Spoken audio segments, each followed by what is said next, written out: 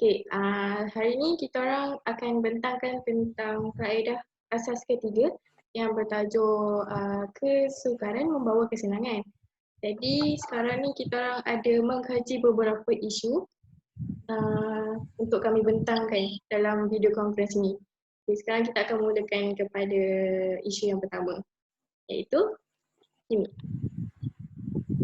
Assalamualaikum warahmatullahi wabarakatuh. Nama saya Muhammad Faisal Hakimi.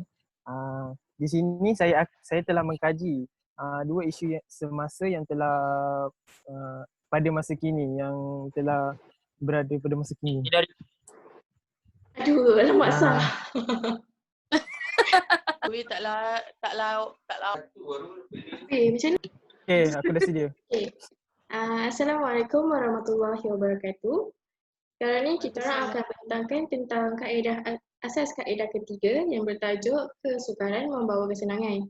Sekarang ni kita orang ada beberapa isu yang kita orang dah kaji berkaitan dengan kaedah asas ini, and yang berkaitan dengan kaedah-kaedah yang seterusnya lah. So kita akan teruskan kepada kaedah yang pertama. Kimi. Assalamualaikum warahmatullahi wabarakatuh. Nama saya Muhammad Faisal Hakimi. Di sini saya telah mengkaji dua isu semasa pada masa kini yang berlaku pada COVID-19. Antaranya yang pertama adalah solat Jumaat 12 Jumaah. Dan yang kedua adalah isu tentang tangguhan pembayaran hutang. Saya akan menerangkan tentang isu solat Jumaat 12 Jumaah ni. Di dalam Islam, solat Jumaat hanya sah dalam 40 orang Jumaah. Tetapi dalam isu COVID-19 ini, kerana dalam keadaan yang darurat, ia dibolehkan hanya 12 orang sahaja yang dibenarkan berada di dalam masjid untuk menunaikan solat Jumaat tersebut. Kerana kita mestilah mengikut SOP yang telah ditetapkan oleh pihak KKM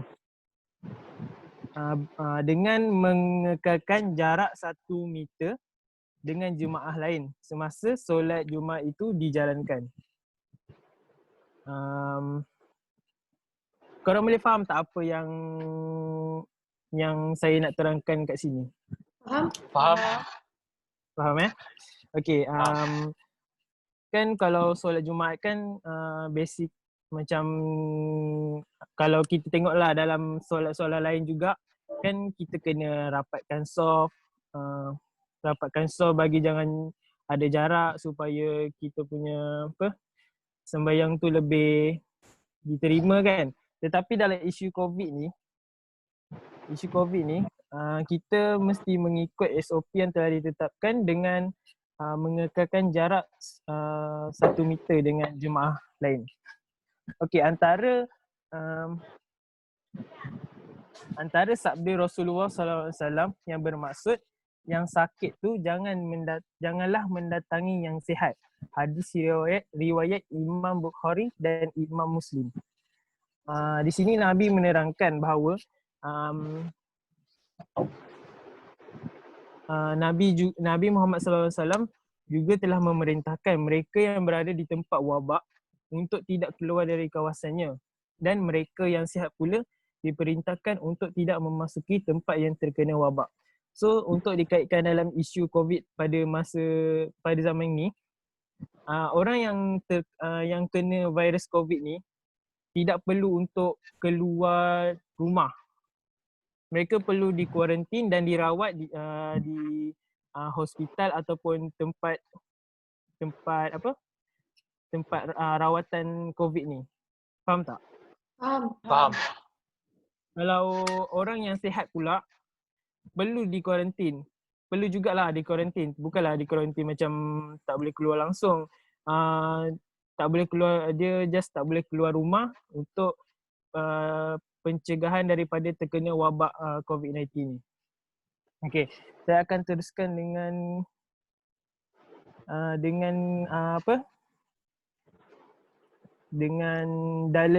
dalil syarak yang berkaitan untuk pencegahan penularan wabak ni. uh, sabda Rasulullah bermaksud apabila kamu mendengarnya wabak iaitu wabak di sesuatu tempat, maka janganlah kamu pergi ke situ, dan apabila ia berlaku di tempat kamu, maka janganlah kamu keluar dari dan lari daripadanya. Okey, hadis ni bermaksud untuk dikaitkan dalam isu COVID ni, jika kita tidak boleh berkumpul di tempat orang ramai orang. Dikuatiri yang contoh certain orang tu ada terjangkit virus ni, tapi kita tak tahu. So kita macam kita lalu sebelah dia, kita terkena lepas tu kita pun tak tahulah kita terkena COVID kan, betul tak? Betul. Sangat-sangat susah. So dekat situ Nabi pun dah pernah cakap dekat dalam dekat dalam sabda Rasulullah, janganlah kamu pergi tempat yang ramai orang. So kita janganlah pergi tempat yang ramai orang. Dikuatiri terkena. So yang kedua pula adalah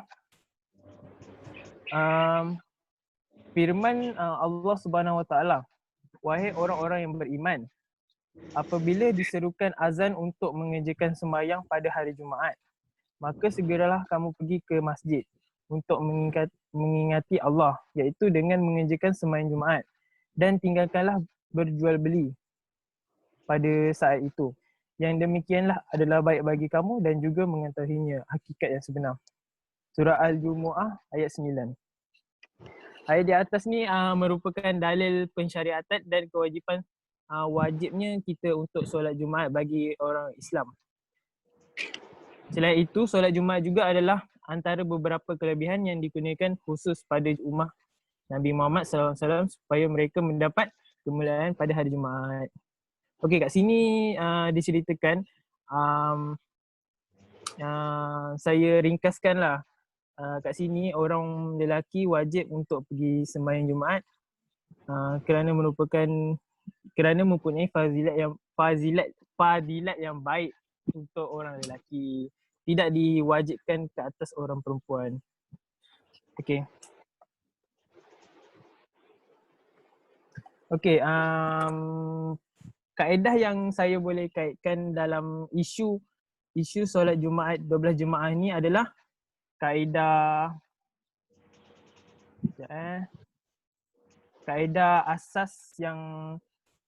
ke-8, iaitu hukum itu mengikut kemaslahatan yang kukuh. Yang bermaksud dalam huraian kaedahnya pula, kaedah ini bermaksud sesuatu perkara yang diperintahkan walaupun kadang-kala terdapat kerugian padanya, namun terdapat kemaslahatan yang kuat dan rajih pada akhirannya. Dan lantaran itulah syarat menyeluruh untuk melaksanakannya. Maksud dia kat sini dengan contoh dengan untuk kita kaitkan dengan isu COVID ni, kan solat Jumaat ni kan diperintahkan Allah untuk menunaikannya. Tapi dalam isu COVID ni menjadi kemaslahatan kerana tidak dapat pergi menunaikan solat Jumaat akibat COVID ni. Okey, faham tak? Faham. Yang saya terangkan ni. Ada soalan? Ada, saya nak tanya. Tanya? Okey, kan tadi cakap kalau kita sekarang ni dalam situasi untuk jaga social distancing kan? Distancing. So, Okay. kalau ikut macam ada kes viral sebelum ni, wartawan yang nak ambil report pasal social distancing dalam solat Jumaat ni, tapi wartawan tu yang tak jaga social distancing. Macam mana? Oh, bagi saya lah, wartawan ni tak semua wartawan akan buat macam tu sebab untuk diorang pergi ke masjid masjid yang besar-besar je diorang pergi, macam masjid negara ke. So mestilah masjid negara tu akan ada SOP yang ketat, ada yang jaga masjid tu bagi jangan bagi jangan orang masuk masjid tu lah, selain daripada jemaah haji. Kalau jemaah solat Jumaat tu. Tak apa. Jemaah Lepas masjid. tu Jemaah masjid. lepas tu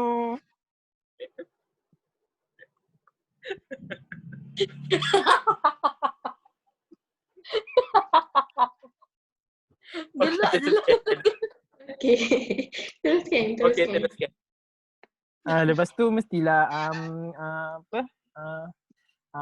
SOP tentang sembahyang Jumaat ni telah dikeluarkan. So mestilah yang penjaga dekat masjid tu mengikut SOP dan tak benarkan banyak wartawan yang masuk ke dalam masjid tu.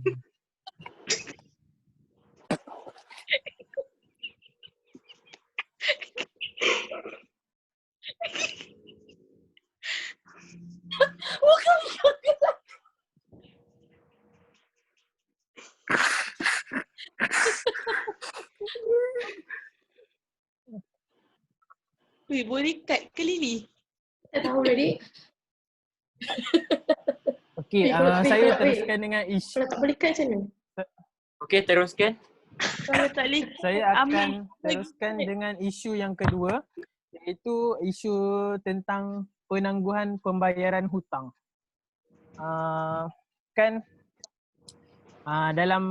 Dalam isu ni, kerajaan telah mengeluarkan untuk kita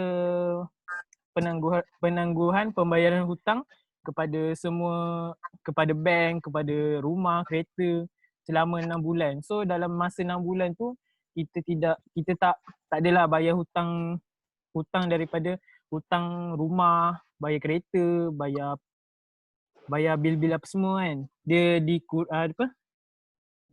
Dia membuat penangguhan pembayaran.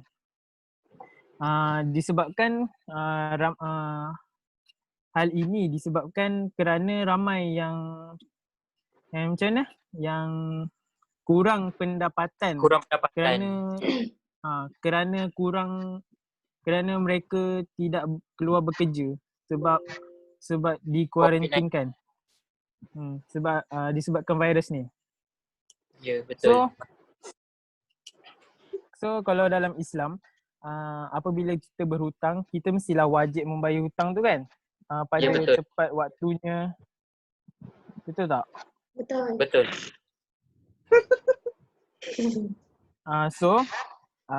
Dalam firman Allah Subhanahu Wa Taala, wahai orang-orang yang beriman, apabila kamu menjalankan sesuatu urusan dengan hutang, iaitu yang diberi tempoh hingga ke suatu masa tertentu, maka hendaklah kamu menulis, iaitu hutang dan masa bayarannya itu. Surah Al-Baqarah ayat 282. Dekat ayat dekat firman Allah ni bermaksud apabila kita dah beli barang, contoh kita berhutang, kita mestilah bayar dengan kadar yang tertentu dan tempoh yang diberikan supaya kita tidak mendapat hukuman lah dekat akhirat nanti. Betul. Antara kaedah yang saya boleh kaitkan dengan pembelajaran saya tentang isu hutang semasa COVID ni adalah kaedah pertama, iaitu apabila sesuatu itu sempit, hukumnya menjadi luas. Betul.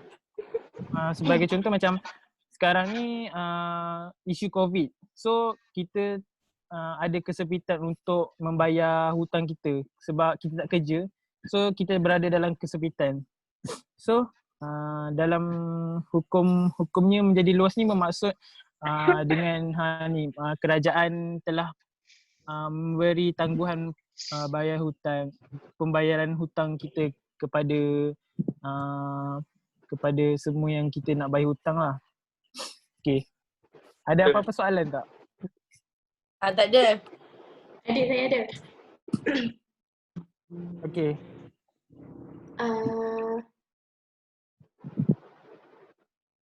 Alamak, lupa pula.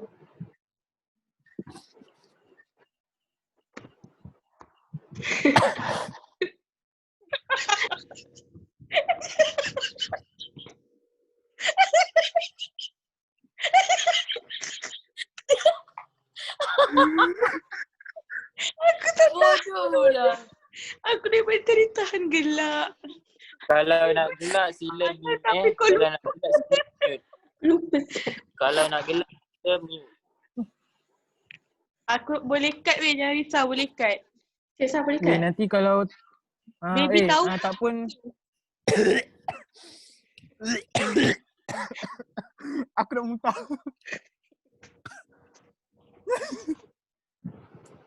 Tak ada yang sisa ni dah keluar masuk lah. Hani, ini macam ni tau. Ni. Cut video dulu semua, baru cantumkan. Macam cut video dekat WhatsApp kan nak post kan. Macam tu. Macam video yang aku buat sebelum ni. Buat macam tu je lah. Okay, Hani. Okay, teruskan isu. Dia kerti. Teruskan isu. Kerti, Kimi. Tapi jangan selalu cut sangat. Sebabnya banyak Teruskan gelak tu. Syazli ni, sila mulakan.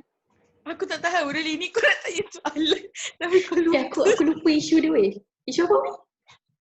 Isu tu lah hutang. Hutang Tak, weh, maksudnya- bayaran hutang. Okay.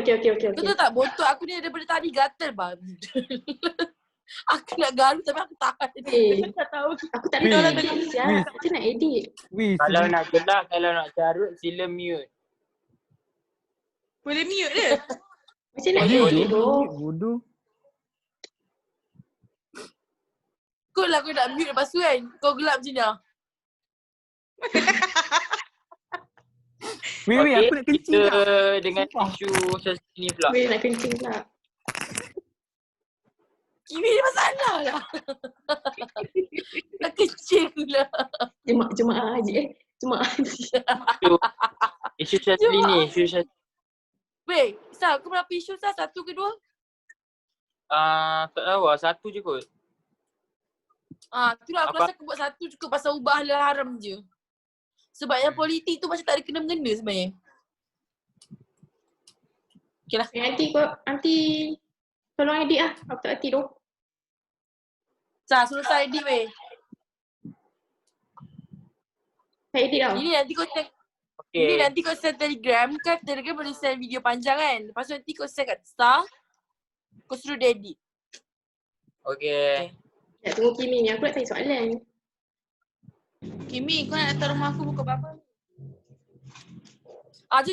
Jom Anji Fika jap. Alah, dah datang pula si Kimi ni. Nampak botol dia. Kimi nampak aurat lagi. Nampak botol. Nampak aurat lagi Kimi. Weh, nampak ke? Takutlah, tak apalah. Okay, start. Rezeki. Kau tak pakai sempak kan?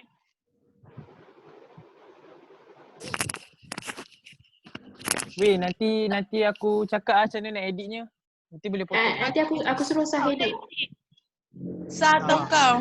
Aku hantar dekat Telegram. Saha. Hari tu aku dah edit video tu. Dia tak nak kan? Teruskan. Okay. Teruskan. Aku nak tanya, saya nak tanya soalan dekat Kimi tadi. Yang berkaitan Okay. dengan hutang ditangguhkan untuk 6 bulan sebabkan pandemik sekarang ni kan. Okay. Macam mana kalau macam student yang duduk rumah sewa tapi dia punya owner rumah tu still nak bayar juga. Dia tak ikut SOP untuk tangguh 6 bulan. Macam mana? Okay. Kita mesti kalau contohlah untuk student kan, bagi student tu perlulah pergi budi bicara yang baik dengan tuan rumah tu sebab sebabkan isu COVID ni kan, student pun macam tak ada pendapatan nak bayar sewa dekat tuan rumah tu. Sebab lagi- student dalam keadaan darurat. Lepas tu dalam keadaan Tumal pun tak masuk. dalam keadaan ekonomi keluarganya lagi. So kita bolehlah buat budi bicara. Selain tu kita kalau macam pihak penyewa tak nak mengikut SOP macam SOP yang telah ditetapkan pihak kerajaan, kita boleh melaporkan dekat pihak kerajaan lah sebab dia tidak mengikut SOP yang telah ditetapkan. Okay, faham? Okay, ada lagi pertanyaan? Kalau tak ada lagi pertanyaan, saya boleh saya akan memberikan kepada pembentang yang seterusnya. Pembentang isu yang seterusnya. Okay.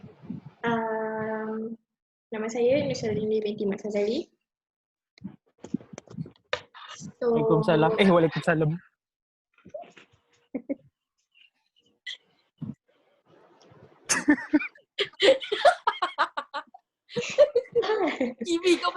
Kimi kau boleh diam tak daripada kelakar pun. Aku tahan gelak doh. Ulang lagi. Syaz. Lini. Syaz. Okay. Serius. Faedah aku hilang. Tadi Alah ni Kak Idris.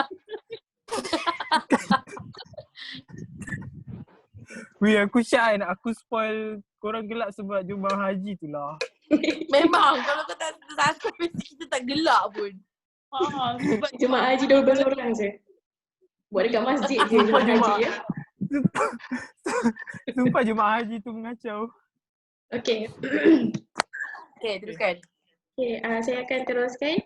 Nama saya Nushalini binti Mat Sazali. Daripada kelas DP 5A-B. Okay, teruskan. sekali Lini jangan gelak-gelak weh, serius lah. Aku dah serius ni. Satu tu pun gelak kemarin. Ini serius, lepas tu dah habis part Lini gelak-gelak-gelak. Lepas tu part aku serius gelak-gelak-gelak habis. Okay. Tak pun kan kalau korang nak gelak, tahan lah lepas tu buat macam ni. Tapi janganlah keluar suara. Janganlah lama-lama nanti susah nak edit. Okay. Dah. Seterusnya saya akan Nama Lini. Dah tadi. Bagi salam balik. Sama dia. Okay. Assalamualaikum warahmatullahi wabarakatuh. Jadi saya akan sambungkan isu-isu yang sebentar tadi Kimi dah terangkan. So ini isu seterusnya. Saya ada dua isu. Isu pertama ialah isu pemandu lori yang membawa arak dan isu yang kedua ialah mangsa lemas yang memerlukan CPR. Okey, isu pertama. Saya bagi situasi Ali, seorang lelaki yang mempunyai keluarga. Dia dengan isteri je duduk dalam satu pendalaman kampung yang dalam kampung tu tak ramai orang Muslim. So dia kesukaran untuk dia keluar pergi dekat luar bandar tu agak sukar. So dalam jangka masa untuk dia menyara isteri dia ada pilihan, dia tak ada pilihan bekerja. Yang ada pekerjaan dekat situ hanyalah pemandu lori yang membawa arak. So daripada hasil pendapatan pemandu lori membawa arak tu, dia akan menyara isteri dia. So ikut daripada pengetahuan Islam kita, pemandu lori tu pekerjaan yang halal. Tetapi bila dia dah masuk bab arak, dia automatik jadi haram. So hasil pendapatan yang dia dapat daripada hasil bawa lori tu adalah haram. Terdapat beberapa dalil yang saya dapat, iaitu daripada surah Al-Baqarah ayat 185 yang bermaksud Allah menghendaki kemudahan bagimu dan tidak menghendaki kesukaran bagimu. Okay, dari seterusnya daripada surah An-Nisa ayat 28 yang bermaksud Allah sentiasa tidak meringankan beban hukum daripada kamu kerana manusia itu dijadikan berkeadaan lemah. Okay, maksud dekat sini kita dah tahu situation dalam kampung pedalaman tu tak banyak sangat option untuk kita bekerja. So Ali dia ada option untuk bekerja untuk kerja yang bawa lori, pemandu lori yang bawa arak ni je. So dekat situ dia diharuskan untuk bekerja. Okay.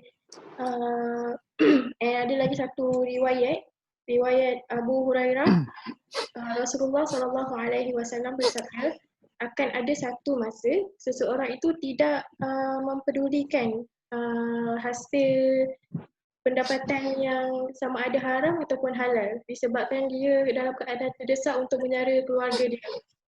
So samalah dalam situasi Ali ni, dia tak ada pilihan lain.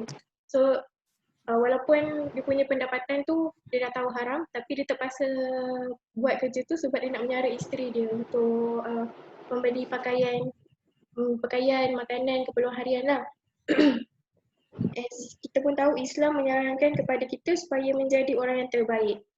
Ciri ini sudut harta hanya diperoleh oleh orang yang mempunyai pekerjaan yang dapat menyara kehidupan keluarganya dengan rezeki yang halal yang membawa kepada keberkatan. Okey, isu kedua isu ni saya berkait kepada kaedah asas ketiga di bawah kaedah ketiga, iaitu kemudaratan itu memulakan ketegahan.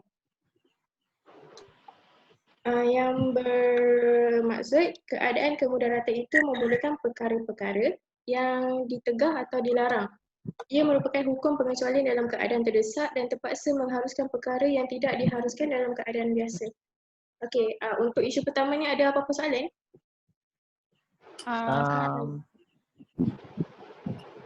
Ada. Saya nak tanya, tadi Lini ada cakap pekerjaan yang dia bawa lori, pandu lori arak tu dia haram. Gaji dia haram, betul? Betul.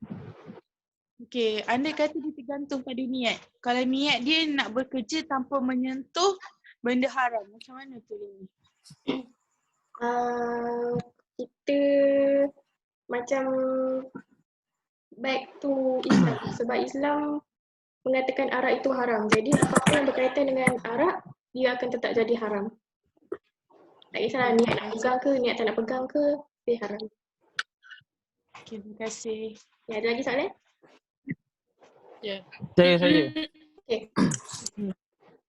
Saya nak tanya,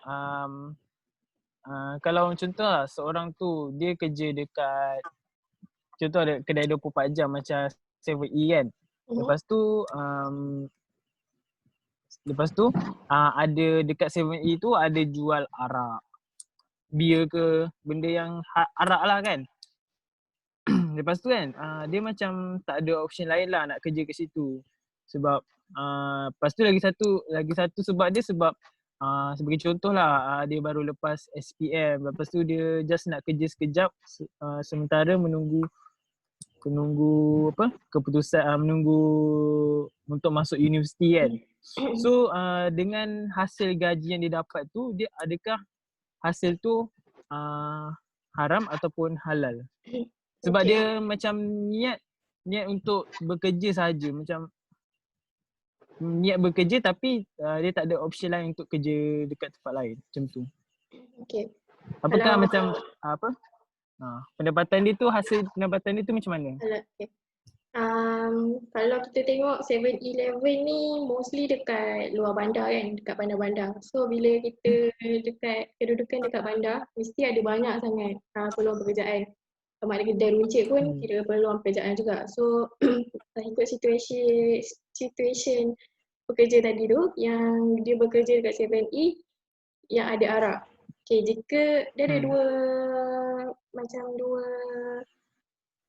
perbezaan lah. Kalau dia dah tahu 7-Eleven tu ada arak, so maksudnya gaji yang dia tahu 7-Eleven tu ada arak and dia ada option pekerjaan lain. Maksudnya contoh sebelah 7-Eleven tu ada 99 Speedmart.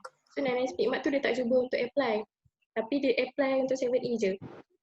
So hasil pendapatan dia tu jadi tak halal lah sebab dia dah tahu 7-Eleven tu dah ada arak and then dia ada tahu pula option untuk bekerja dekat 99 Speedmart. Okay, itu yang pertama. Kalau yang kedua, dia tak tahu pun 7E tu ada arak. Itu je satu option pekerjaan yang dia boleh kerja dekat kawasan perumahan tu ke, kalau luar bandar tu ke kan. So pendapatan, hasil pendapatan yang dia dapat tu dia tak haram lah. Sebab dia tak tahu ada arak and kawasan tu ada option untuk 7E saja untuk dia kerja. So dia tak haram. Okay. Ada lagi? Okay, faham. Lagi soalan? Tak ada. Okey, kalau apa tu? Dia nak contohnya seorang ni kan, dia kerja apa tu? Dekat kelab, tapi dia punya niat tu baik untuk keluarga. Macam mana pula? Haram ataupun halal? Okay, kalau kita biasa dengar niat tak menghalalkan cara. So, kita dah tahu kelab tu bukan tempat yang baik. Walau siapa pun yang masuk kat situ mesti akan macam benda-benda yang tak elok lah. So, tak digalakkan lah untuk masuk dalam tu walaupun niat dia baik.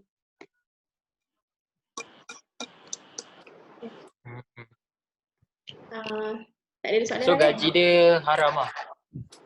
Gaji dia haram. Okay. Okay, kita teruskan Maksudnya takut. kepada isu kedua, iaitu mangsa lemas yang Sebentar.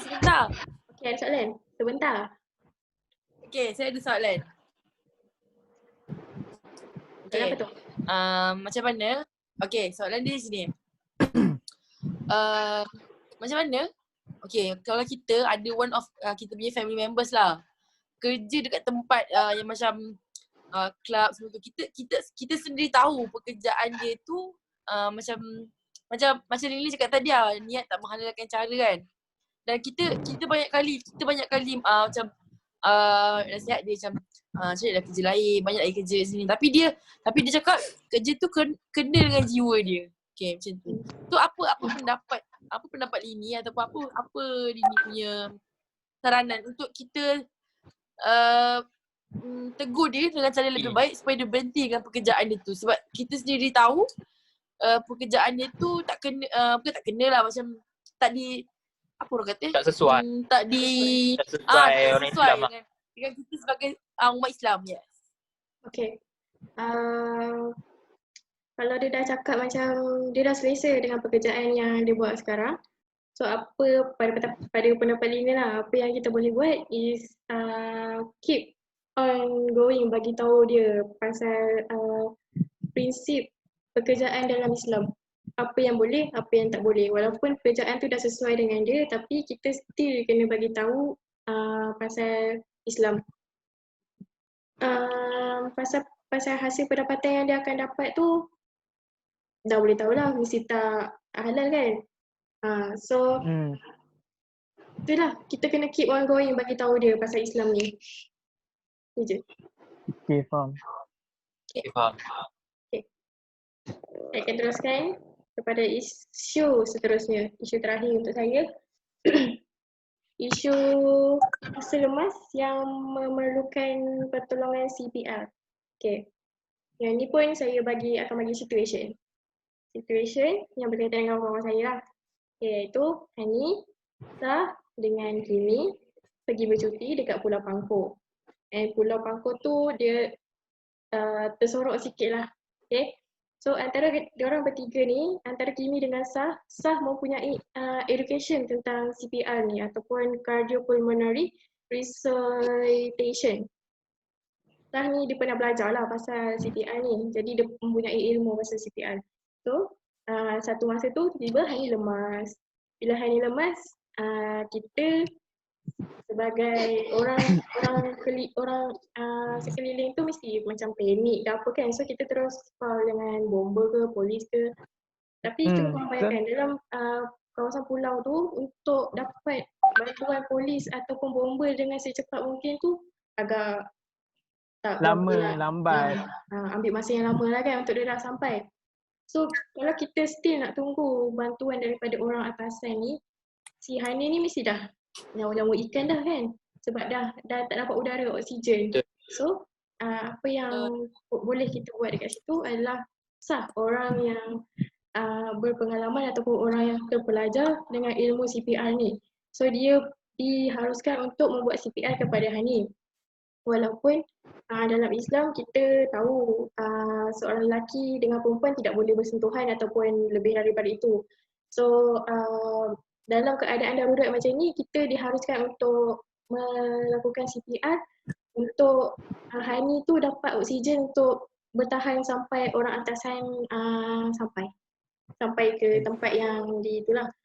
So, apa yang Kimi boleh buat adalah memberi, macam Kimi boleh jadi asisten kepada SAR. Untuk kita ada kita ada dua cara lah. CPR dengan hari satu tak ingat, tapi yang lagi satu tu dia macam tekan dekat perut. Yang dekat dada tu. Dekat dada tu, perut pula, dekat dada. Bagi air Dada. dekat dalam badan dia tu keluar. Dekat jantung ni keluar. Betul. Okay, so ada dua cara. Kalau cara yang pertama, kiranya kena buat cara Kimi dulu lah. Kalau cara Kimi tu tak berkesan, air dia tak bagi respon apa-apa, so SAR kena bertindak lah kepada Hani. CPR. CPR. Okay, ada apa-apa soalan? Rasanya tak ada. Tak ada. So kalau orang bukan Muslim pun bolehlah menyentuh perempuan yang Islam sebab dalam keadaan darurat. Betul tak ini? Okey, dalam keadaan darurat, orang non-Muslim pun boleh. Sebab kita ni situation dalam berkaitan dengan maqasid syariah, berkaitan dengan nyawa. So kalau kita kalau nak jaga nyawa, kita kena berusaha. So kalau kita biarkan je ni nak tunggu orang atasan tu datang, maksudnya kita tak ada usaha untuk tolong dia, bagi oksigen dekat dia. So apa-apa yang patutnya tak boleh, kita diharuskan buat. Okay, faham. Faham? Okay, tak ada soalan dah? Tak ada. Dah faham. Itu saja daripada saya. Terusnya saya kepada Syafiqah. Syafiqah Ain, silakan.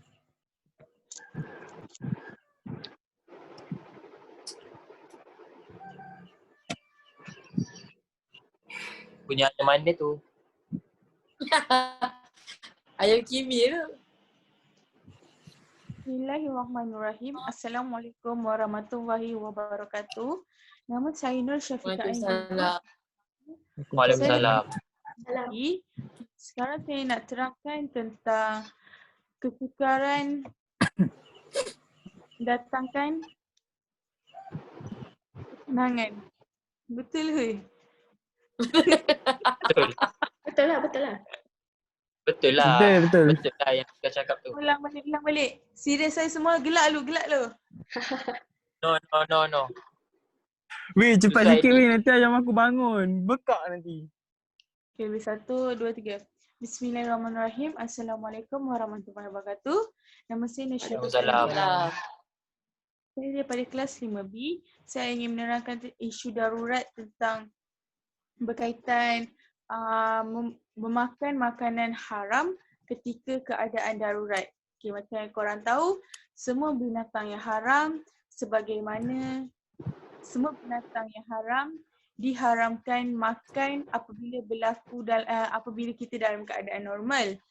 Tapi dalam keadaan darurat maka hukumnya halal. Firman Allah telah menerangkan kepadamu apa-apa yang ia telah haramkan atas kamu kecuali kamu dalam keadaan terpaksa. Okey, contoh isu dalam keadaan terpaksa, contoh Hani tersesat dalam hutan.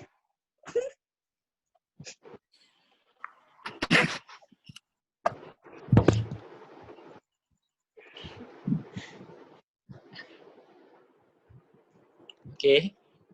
Teruskan.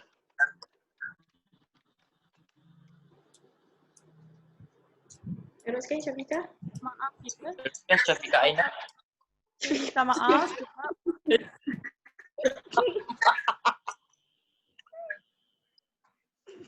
Syafiqah Ain. Aduh, ulang tu.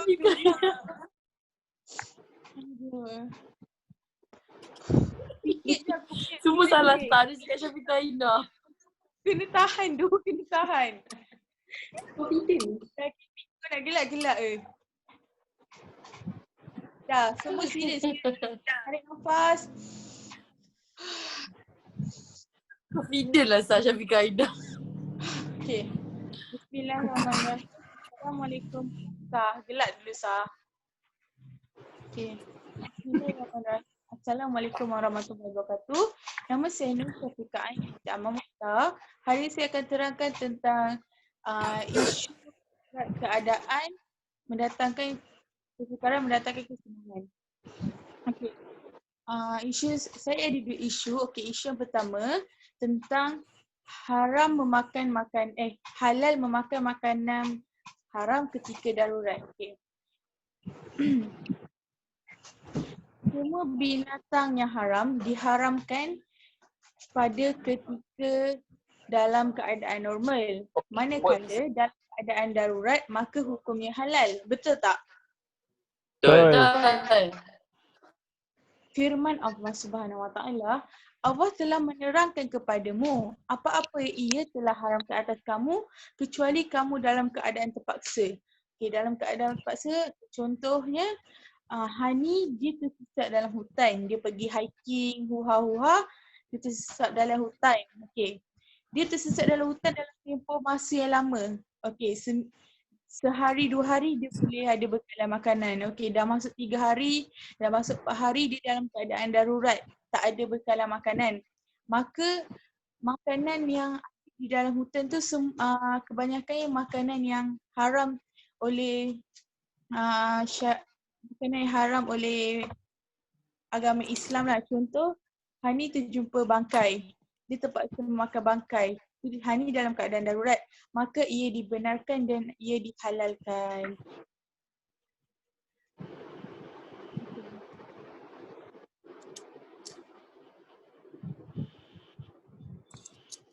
Yes.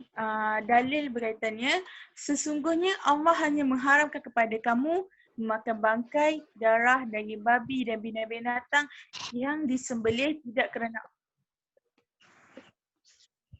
kerana Allah, maka sesiapa terpaksa memakannya kerana darurat, sedang ia tidak menginginkannya dan tidak pula melampaui batas pada kadar yang dimakan itu, maka tidaklah ia berdosa. Sesungguhnya Allah Maha Pengampun lagi Maha Penyayang. Surah Al-Baqarah 2173. Okey, macam ni. Kita tak boleh makan yang haram tu masa kita tengah sesat kat hutan tu. Kita tak boleh makan dia dengan keadaan rakus. Sampai kita kenyang, makan haram tu lah. Padahal kita dalam keadaan darurat tapi kita terpaksa, kita perlu makan sedikit saja, hilangkan rasa lapar yang sedikit. Tak perlu pelahap makan banyak-banyak. Sebab apa? Itu jatuh hukum haram. Okey, faham. Faham. Faham. Tentang isu yang pertama. Tak ada. Ada ke? Kalau tak ada, saya teruskan dengan isu yang kedua. Okey. Isu yang kedua ni, seorang doktor lelaki yang semua okey ke? Okay, dengar. Saya isu yang kedua, okey. Okey.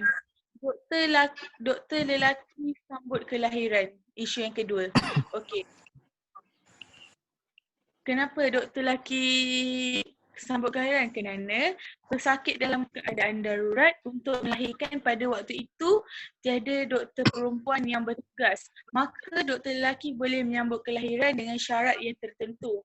Okey, contoh syaratnya ditemani oleh mahram iaitu suaminya. Yang kedua, ketiadaan perawat wanita atau perawat lelaki bagi pesakit lelaki. Okey, yang ketiga, perawat boleh melihat keadaan bahagian-bahagian badan selama mana ada keperluan padanya. Okey. Maksudnya yang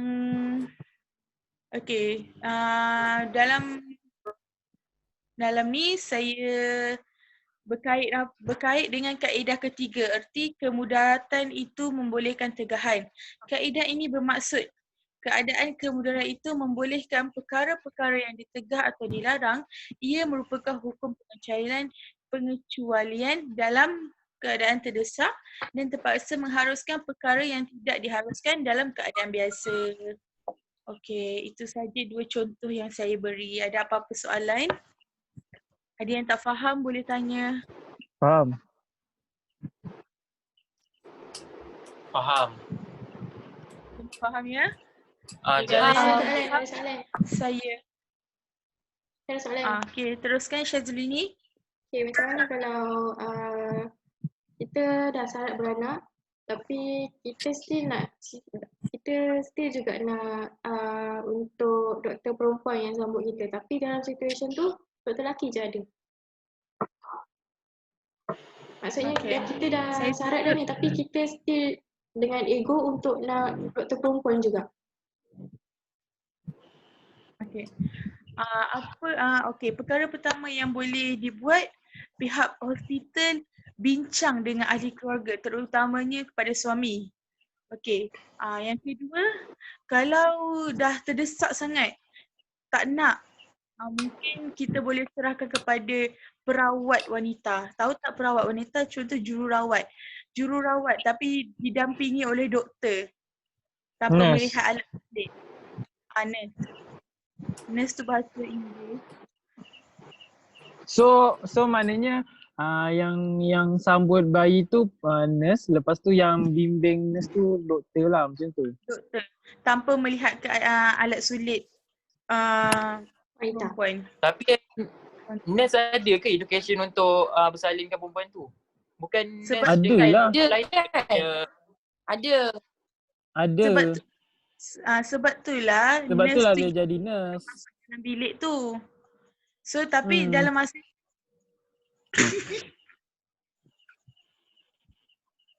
Okey, teruskan. sebab tu dalam masa yang sama, doktor tu damping nurse tu tanpa melihat alat sulit wanita tersebut. Alah sebenarnya nurse tu pun ada skill dia juga. Betul. Yelah Terkini. takkan ada orang tak tahu kot nak sambut bayi. Dia orang pun hari-hari ikut doktor sambut bayi. Takkan orang tak tahu. Basic betul. kan. Lagipun masih dia orang belajar untuk jadi nurse pun ada belajar benda tu juga. Basic untuk sambut kelahiran. Maybe ada basic je. Betul. Okey, itu saja. Yang awak semua cakap tu betul. Sebab itulah yang pertama saya cakap tadi, pihak hospital boleh bincang dengan suami. Tapi kalau masih tak boleh juga, itulah kita kena gunakan jururawat untuk damping untuk menyambut kelahiran wanita itu. Itu sahaja daripada saya. Sekian, terima kasih. Assalamualaikum. Waalaikumsalam. Yang kita teruskan dengan Hani. Sarah. Boleh teruskan? Okey, Assalamualaikum. Nama saya Syahidin Syafi. Saya dari kelas UAE. Hari ini saya akan membentangkan isu. Saya ada beberapa isu iaitu 2. So saya akan membincangkan isu yang pertama iaitu duit hilang di dalam masjid ataupun di rumah. Okey. Situasi macam ni. Contohnya Kimi dia pergi satu masjid ni, dia ada ingin solat Zuhur. Okey. Selepas dia menunaikan solat Zuhur, dia jumpa duit berjumlah RM200. Dia tak tahu nak buat apa, dia ambil. Lepas tu dia war-warkan lah dekat dalam war-warkan di kawasan tu. Lepas tu beritahu masjid ni. Lepas tu sekiranya dia ada siapa mengaku duit tu yang si punya tu, maka menjadi hak milik Kimi lah. Tapi Saya nak tanya. Mazhab belum lagi. Mazhab Imam Syafi'i memberi hukum bagi seorang yang beramanah menjaganya adalah sunat. Yang kedua, bagi seorang yang beramanah dan mampu menjaga tanpa mengambil adalah wajib untuk ambil duit tu. Tapi orang yang jumpa tu merasakan tidak dapat menjaga amanah, lepas tu rasa was-was, maka makruh lah mengambil duitnya. Okey. Ada siapa nak tanya tentang isu ini? Ada. Saya nak tanya. Kimi dulu. Okay, saya nak tanya. Kan kan awak ada sebut kan pasal yang yang pasal Kimi jumpa. Yap. Ya. Kimi yang berjumpa duit tu dalam masjid. Teruskan. Ya.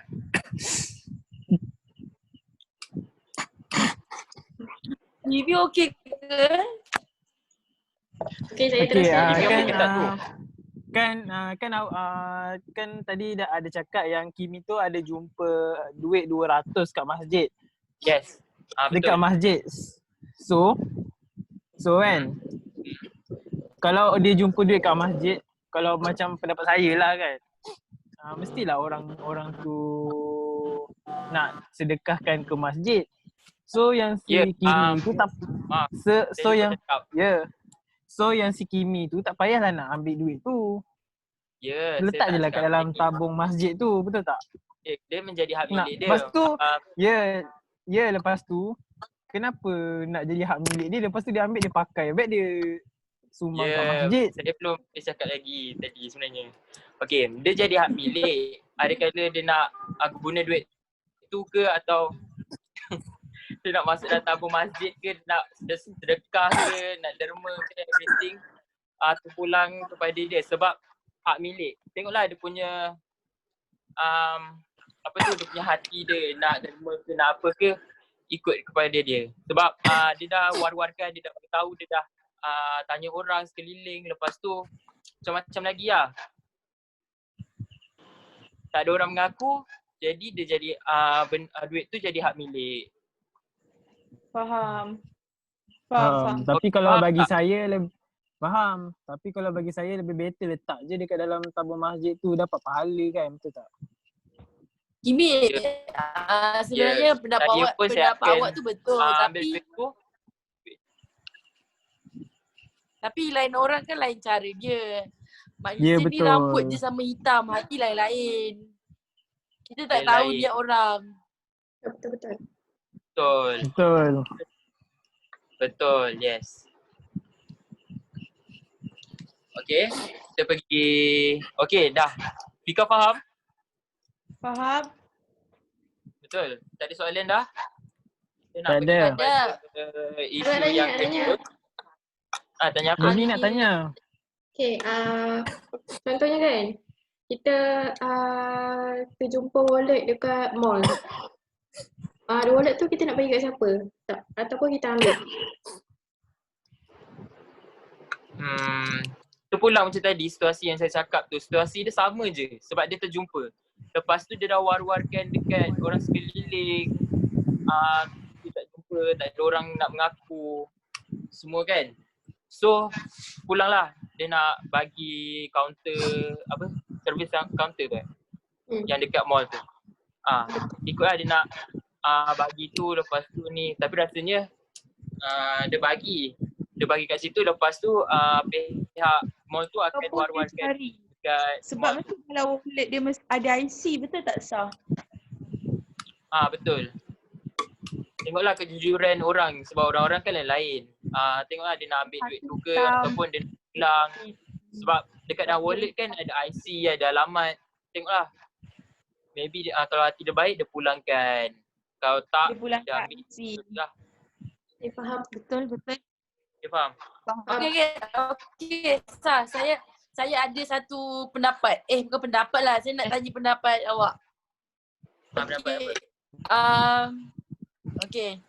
Macam mana kita nak nilai kejujuran seseorang tu? Bila dia dah jumpa barang, tapi dia sendiri ragu-ragu dengan diri dia. Macam mana? Pendapat saya lah. Kalau kita dah jumpa barang tu, kita mestilah pulangkan benda tu. Kita mesti usaha untuk cari si pemunya tu. Okay. Faham? Tu je pendapat awak. Okay, lagi satu, kalau teruskan Kimi? Kalau macam pendapat saya pula, Kalau kita nak tahu apa? Macam mana tadi soalannya? Kejujuran. Biasanya kita nak tahu nilai kejujuran dalam diri seseorang tu. Untuk nak tahu dalam diri seseorang. Ke Dia atau diri diri sendiri? Ikut diri sendiri, tak tahu. Kalau saya jujur lah, kalau saya jumpa ke apa ke, saya akan pulangkan. Saya malas nak ambil hak-hak orang ni. Saya akan secara upaya untuk mencari orang. Sebab kan boleh kan ada ID, alamat. So saya akan usaha untuk pergi ke rumah tu ataupun anything lah, cari punya Facebook ke social media dia ke. Lagi? Faham. Okey, tadi Kimi macam nak suarakan pendapat. Okey, Kimi nak suarakan pendapat, silakan. Kimi? Saya dah lupa lah, tak tahu. Lupa pula. Tak apalah kita. Tak apalah, boleh teruskan. Boleh teruskan. Okey, kita pergi isu yang kedua, iaitu isu solat dalam kenderaan darat dan udara. Okey. Situasi macam ni. Saya ambil yang kenderaan udara. Contohnya Hani pergi umrah. Perjalanan ke umrah maybe dalam berapa jam? 8 jam macam tu. 8. Duduk dekat 8 Okay, 8. Yeah.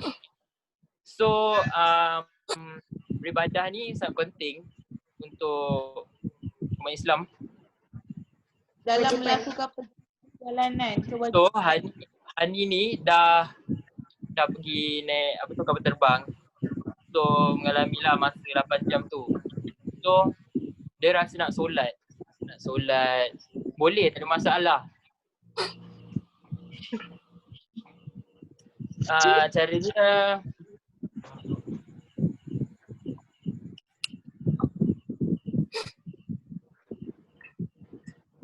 Boleh teruskan, Sambung. Sah? dengan duduk. Sangkap. Duduk di tempat kerusi, lepas tu macam tahiyat awal atau duduk tahiyat akhir. Okey. Jika tak mampu, boleh maybe kan ada kapal terbang yang boleh baringkan tu. So solatlah macam mana yang korang mampu. Baring ke menyiarap. Sorry. Menyiarap. Soalan.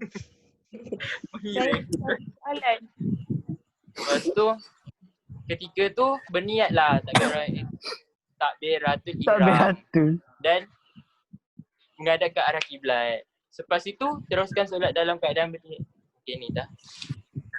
Saya nak tanya. Saya belum Saya nak cakap tanya. lagi. Tanya apa? Okey. Saya nak tanya. Macam apa? mana kita dekat dalam pesawat tu, dekat dalam kapal terbang tu kan?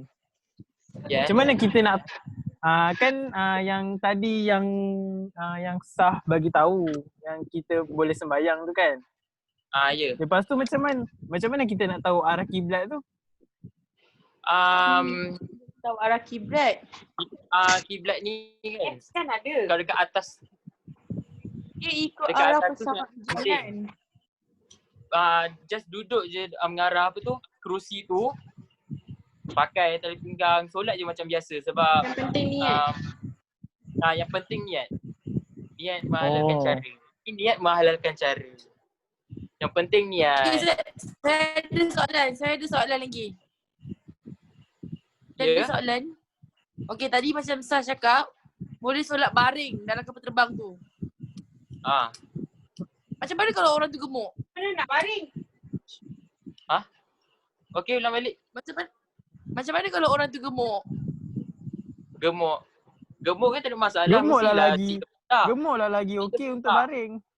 Seat dia besar. Kenapa pula? Sebab kawasan pesawat tu kecil je. Ke dia naik pesawat yang Dia ambil yang apa tu? high class punya. Ekonomi. Oh, okey. Yes, ekonomi. Tak semestinya dia Tu akan ambil boleh. ekonomi.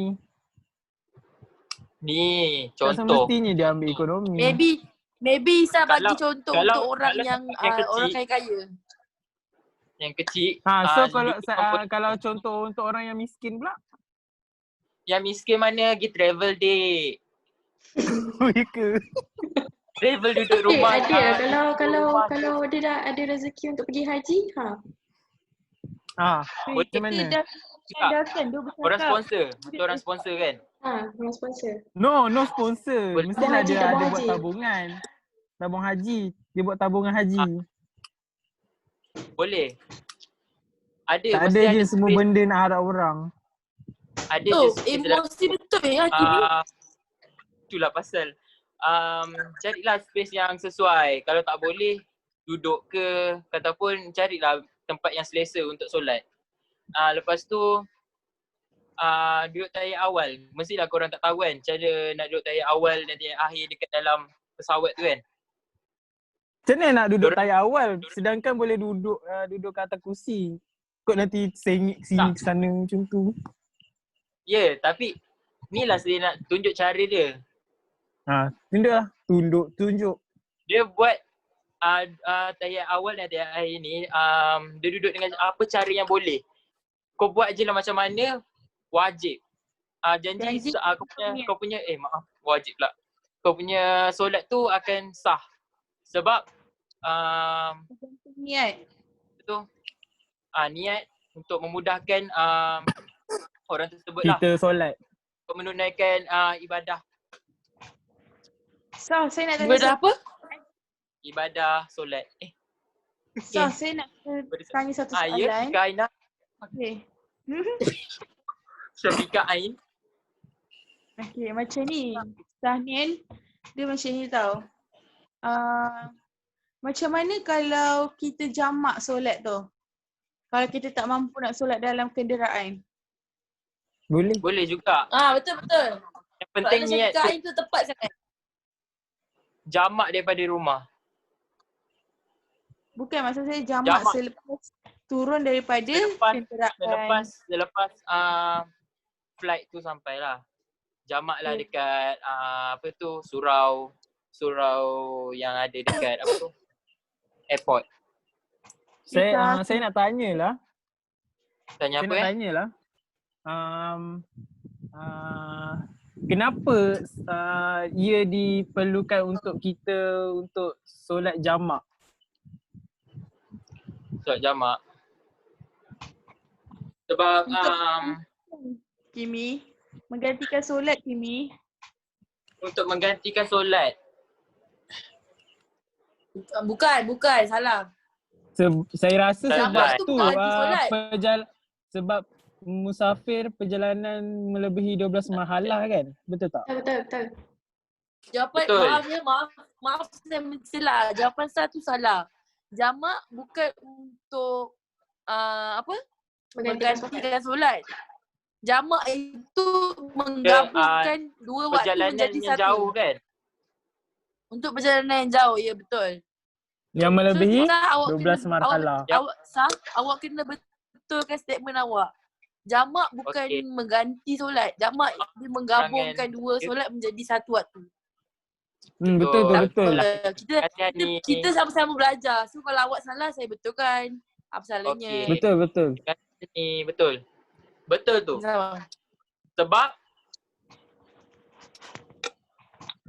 Sebab solatlah kamu di mana-mana saja walaupun dekat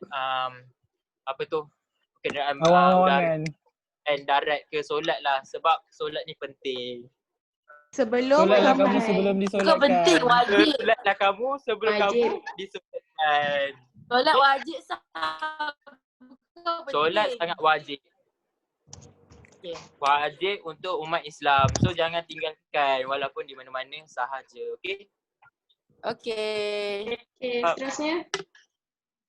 seterusnya. Sebab riwayat Ada lagi ke? riwayat Tirmizi dan Ibnu Majah mengatakan yang pertama dihisap dari amalan hamba pada hari kiamat adalah solat. Okay, good. Itu sahaja daripada saya. Terima kasih. Saya pergi kepada Hani.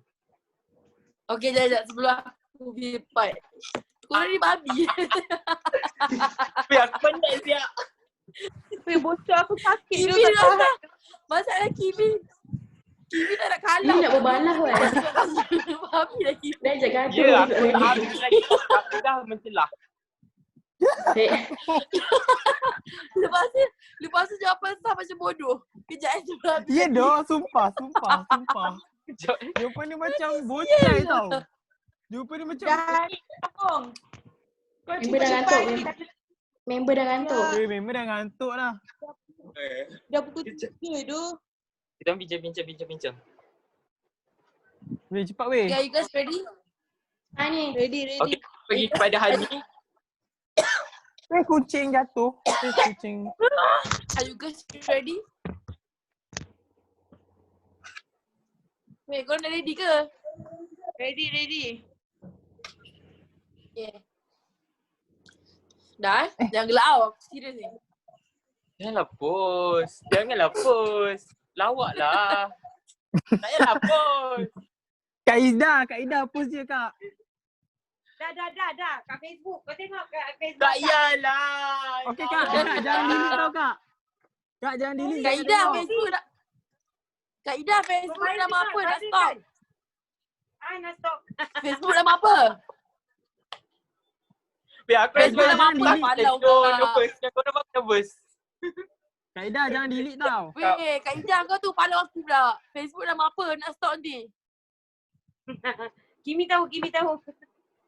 Weh, nanti aku bagi weh. Okay, bagilah grup Go. Kucing mak kau jatuh.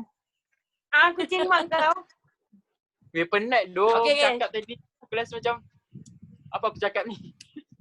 Okay, dah boleh ke? Kak Ida mengantuk tu. Dah boleh dah boleh. Go. Teruskan. Okay, dah boleh dah. Weh, dah Okay. lama lagi ke?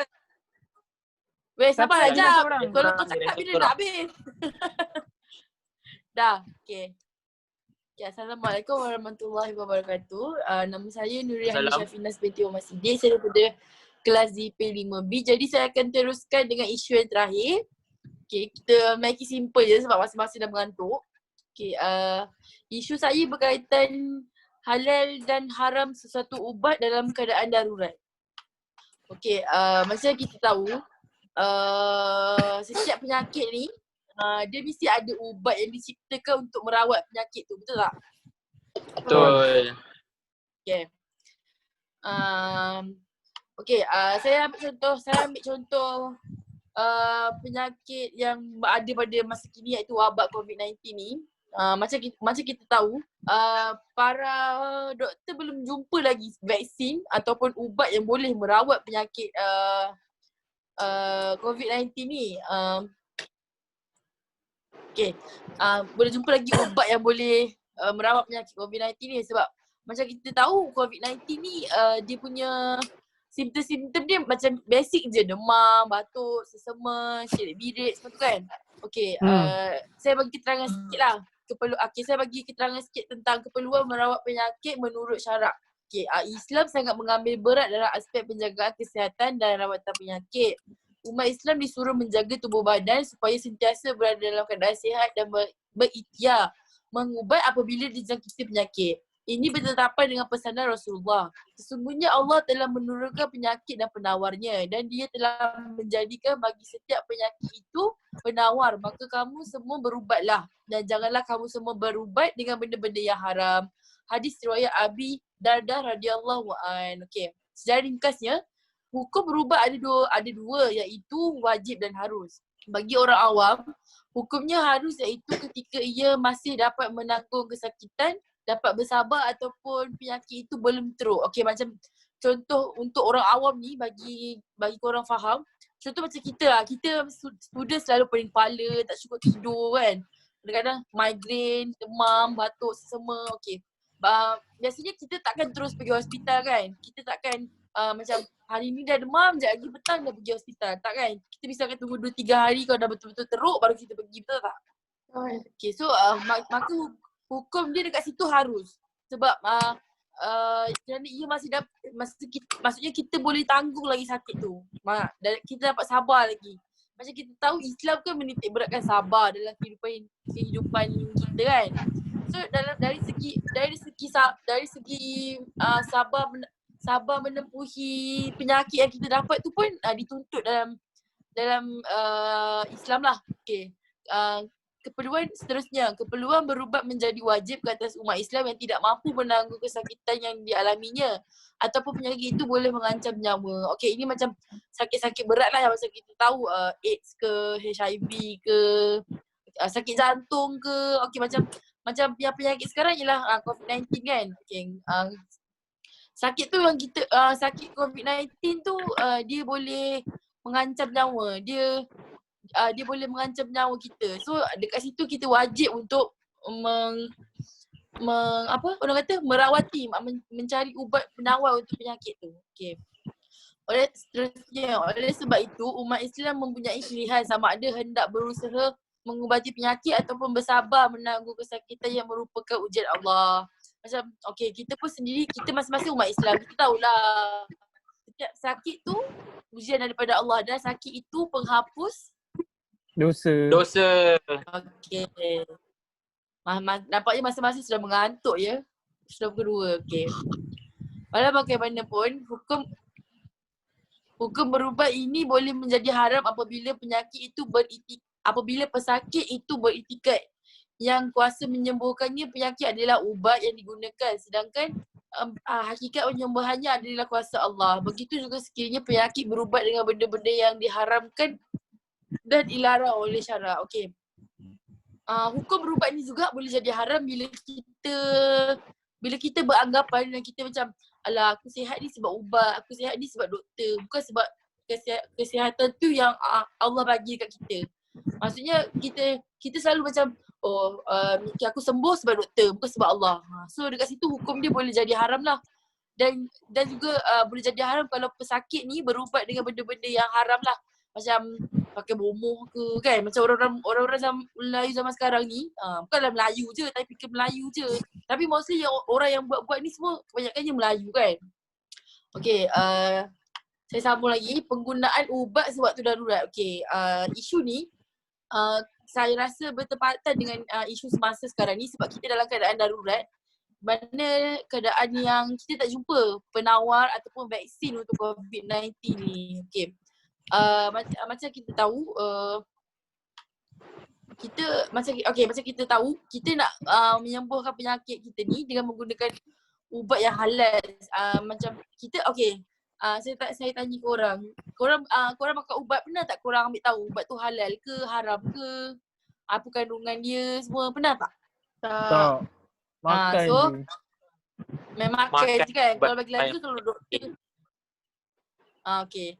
Lagi-lagi kalau doktor bagi kita main makan je. Janji sihat, betul tak?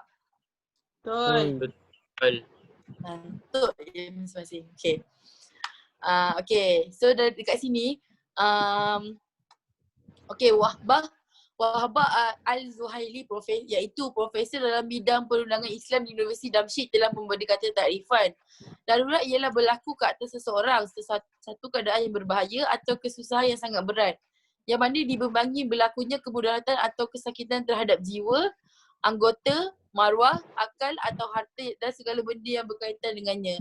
Pada masa itu boleh atau diharuskan melakukan yang haram atau meninggalkan yang wajib atau melewatkannya daripada waktunya demi untuk menolak kemudaratan yang daripada berlaku mengikut pertimbangan dalam ruang lingkup peraturan syarak. Okay, kita umat Islam ni hidup based on maqasid syariah dan salah satunya adalah menjaga nyawa. Tapi dalam kita tak sedar sebenarnya benda tak semestinya menjaga nyawa je yang dituntut dalam Islam. Tapi kita juga dituntut untuk menjaga anggota badan kita, maruah, akal atau harta benda yang segalanya yang dimiliki oleh kita. Okay.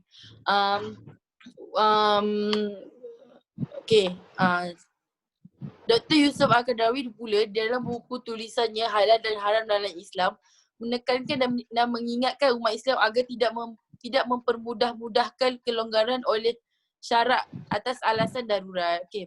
Ada beberapa syarat dalam Islam untuk kita gunakan ubat yang berunsurkan haram ketika darurat. Okay. salah satunya ialah pengambilan ubat haram itu sekadar keperluan sahaja. Jadi bila kita terkena sesuatu penyakit dan ubatnya pula berunsurkan benda yang haram dalam campuran ubat tu. Jadi boleh ambil ubat tu untuk sekadar keperluan je. Maksudnya kalau kita dah sihat sikit, dah sihat sikit, dah kuat sikit untuk teruskan kehidupan, so stop lah. Masa sampai situ je lah makan ubat tu dan jangan teruskan lagi. Faham? Faham. Okey, pada waktu pengubatan, pengambilan yang haram itu hendaklah disyorkan, dipastikan dan diperakui oleh seorang doktor atau pengamal perubatan Muslim yang adil, diyakini amalan dan pegangan agamanya serta mempunyai pengetahuan dalam bidang tersebut. Ini basic lah. Ini macam kalau kita nak ambil sebarangan ubat yang macam haram ni, kita mesti rujuk fatwa ataupun zakir mana-mana yang lebih afdal, lebih tahulah tentang hukum wakaf ni kan. Jadi sebelum nak ambil tu kita tanya dulu pada orang yang lebih tahu. So secara basicnya isu saya ni secara keseluruhan dan kesimpulannya dalam keadaan darurat macam sekarang ni, isu COVID-19 ni, okey, anda lah kata nanti beberapa bulan akan datang para doktor ni dia jumpa satu vaksin yang boleh menghindarkan kita daripada terkena COVID-19 ni. Tapi dalam vaksin tu terdapat unsur yang macam babi ke, ada unsur apa lagi selain babi yang haram, yang kita tak boleh Hizir. yang kita tak boleh pakai, tak boleh Anjing. Dah. Alkohol. Khinzir. Kimi babi dengan khinzir tu sama ya. Oh. Okey. Baru tahu. Anda katalah vaksin tu. Okey.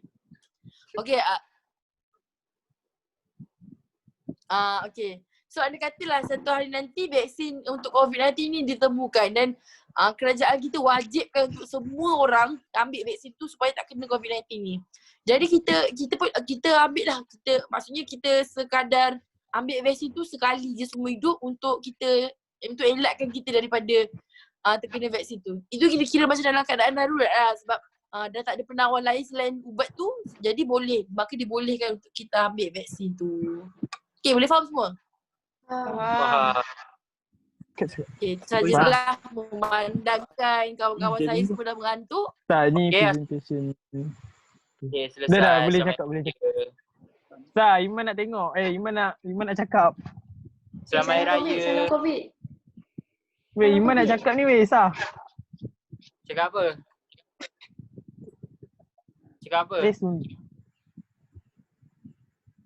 Hi. Welcome back to my channel. Okay, cepat salam COVID. 1, 2, 3. Pagi ni. Weh, kau takkan gambar Ika. gila hari ni. Kita orang tak boleh full. Ika. Bodoh lah nak kenal esok. Videonya bodoh. Weh, Fika salam COVID. Fika start weh. Fika salam COVID. Aku tak sebab keluar lah. Babi sakit tu kaki. Okay, 1, 2, 3. Alamak, kenapa? Cepatlah Sah, elok-elok. 1, 2, Saya tak nampak lah. Cepatlah gila, Sah. Lembab. Baik, Tika. 1, 2, 3. Sekejap, Salih. tak duduk kepala ke? Oh, apa? Bro, apa tu bro? Elah. Weh, sampai kat aku je masih dah mengantuk. Korang hajar betul. Weh, aku Bodoh. follow Fahad dah. Weh, aku Okay, lupa nak bye. karaoke dengan Kak Ida keberapa dah, Bye. weh. Ya Weh, Kak Ida. Allah. Weh, Kak Ida, aku lupa nak karaoke dengan Kak Ida keberapa. Nasib lah weh. Banyak tak dapat markah. Okay? Tak dapat nak tolong. Dia cakap. Nanti aku sambungkan. Nanti saya edit Okay. Oh. Bye. Okay. Okey, yang saya bincang tu iaitu kaedah ke-10 kedudukan Kau pergi perkara baru. yang Siapa guna diketahui cursor? sama ada dengan kedudukan apa yang Oh. tidak ada. Itu saja daripada saya. Terima kasih. Ni Weh, sumpah Okay, aku cakap. weh. Weh, Sat, aku cakap nanti Nanti kau aku edit, edit nanti tau. aku edit. Ya, nanti aku edit. Cakap ah. Okay. Weh, sekejap weh. Kaedah ke-9 tu apa weh? Cuba tengok. Kaedah ke-9 tu apa? Cepat weh, nanti susah nak edit. Kaedah ke-9 tu tolong tengok kan nama dia apa?